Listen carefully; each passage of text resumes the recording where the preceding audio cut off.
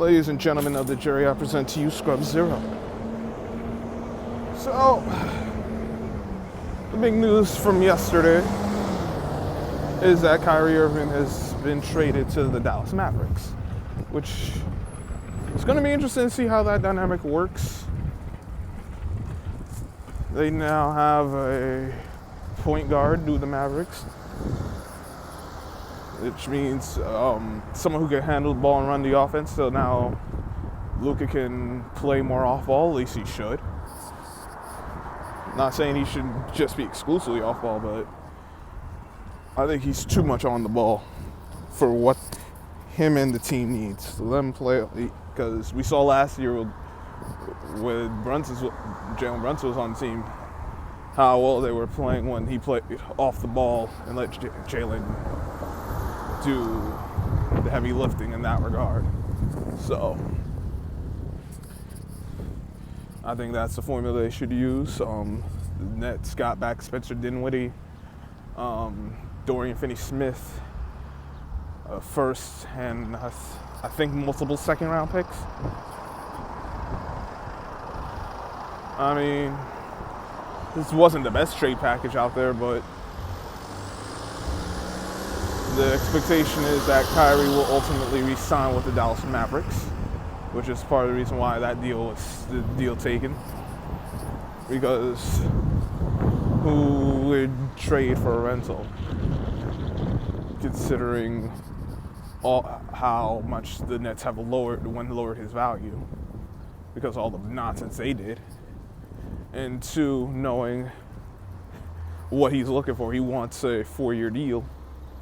So if you're not willing to give it to him, he's a free agent. There's no player option. There's no team option. He is a free agent, barring the team he's on re-signing him at the end of the year. Like, barring them re-signing him, he is a free agent come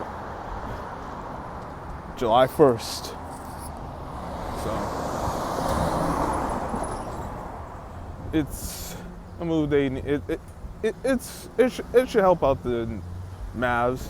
It's not like the Nets were left with nothing. Getting Finney-Smith was a plus. Spencer Dinwiddie, they have him come off the bench. That helps them better than him starting, because Cam Thomas has been balling. I know there's been a bunch of speculation, Kyrie to the Lakers now. What sense?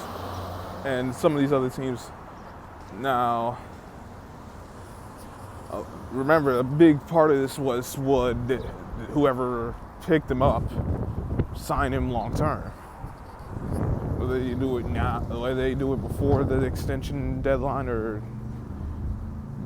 or at the end or before, or they do it, in the off season. But that was one of the key things as to the terms of the trade. But so you had to find someone who was going to take him and sign him.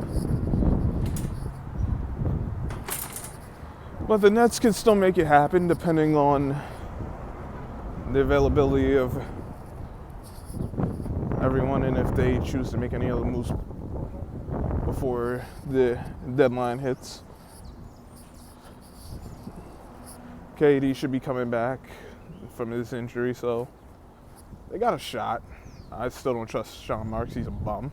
He shouldn't even be the GM right now. That's just opening up old wounds. There's of who's going to get Kyrie, and a lot of people are saying the Lakers. Why would Kyrie go and play with LeBron James? This is a thing I don't understand. People saying he wanted to play with LeBron. No, like, why? Why would he want to play with LeBron? One, the Lakers ain't even going to sign him to a 4-year deal. They're trying to get out of Russell Westbrook's contract. Two, KD wasn't going to play with Westbrook again. That was he's been there, done that. Three, LeBron James got him traded before. He was trying to trade him behind his back.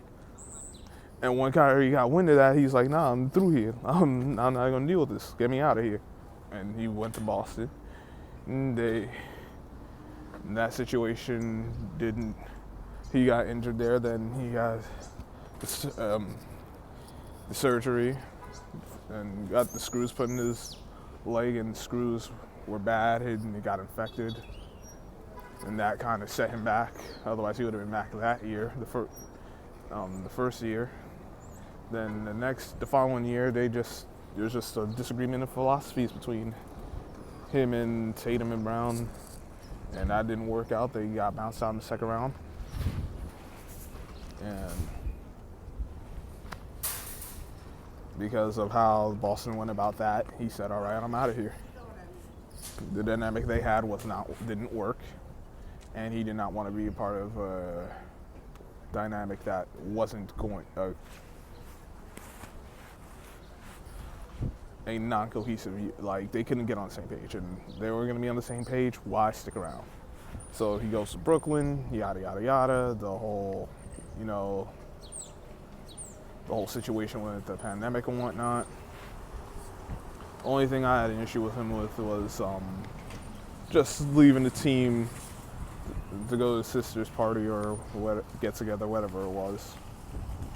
But there wasn't beyond that, it isn't like he just missed time just for the sake of missing time. I'm tired of people saying that and acting like he got baggage. Like, what baggage? That's stuff made up by the media. The media's coming up with all this BS.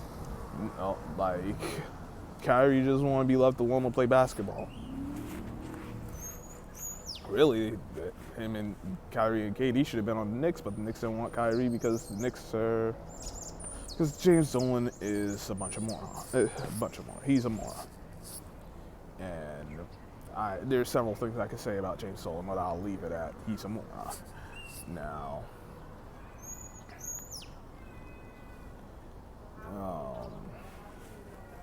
so listen, he's with Dallas now. I think that's actually going to work itself out, provided they stick with it and sign him long term. Get some more pieces. Like, they still got work to do. This team isn't great.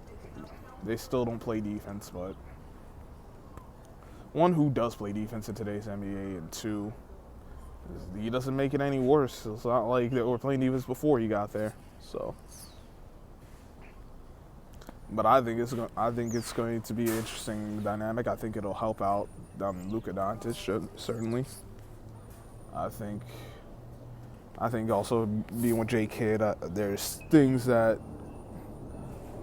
like, he was in a good situation as far as the coaching staff in Brooklyn. Just the front office was awful. We'll see how it goes in Dallas. I don't think, I don't like Mark Cuban. I don't think he's going to get in the way necessarily. But that's just what I think on it. I think it was a good move for the Mavs. They didn't have to give up any of their big men. They didn't have to really give up anything but one first-round draft pick. Now, Finney-Smith kind of does hurt. You would have preferred not to lose him, but Spencer Dinwiddie, ain't no one worried. He's not a bad player, but you definitely upgraded in that regard. Now, I mean, you lose some size, but you got a guy who is inconsistent anyway, so.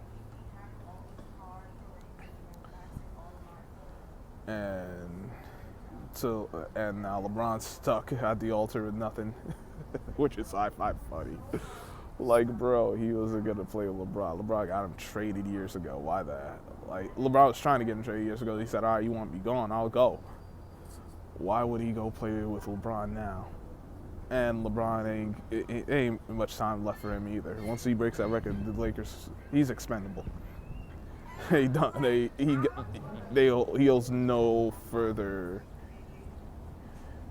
value to the Lakers after that. So, you know, like, this is some of what I've seen. This is what some of what I've seen, some of what I've gotten from other people, because other people have been paying more attention. I've been keeping an eye on things overall, but like just in a general sense, but not in depth like Cino or HD. But shout out to those guys. Make sure you go subscribe to them. There's Seven Mitchell. Now I got to talk to my guy Seven because he be wilding. He was wilding with this Kyrie situation, this trade. I was like, yo, I hit him up and just figure out what the heck he on right now. But you know, this is the big news. Everyone talking about it. You know, Ticket doing his thing over there on his page. Shout out to him too. But yeah, this is the big news coming out this Sunday. I'm like, damn. Like, I thought it was, oh yeah, that's right, it is football season, but no one cares about the Pro Bowl anymore, so this is really all that mattered. But I'm rambling at this point. Make sure you hit the like button, share the video, subscribe if you're new, hit the notification bell to all so you don't miss any of the posts when I upload or go live. Shout out to my guy, welcome to HDTV, Casino for Life, Seahawks Jose Rodriguez, Ticket TV, Best of 7 Sports. My guy Seven Mitchell, he be wilding out sometimes, but he cool. Who else? I really hoop. Now you go by Lando Heartless 216. He cool too. He be on top of the basketball stuff.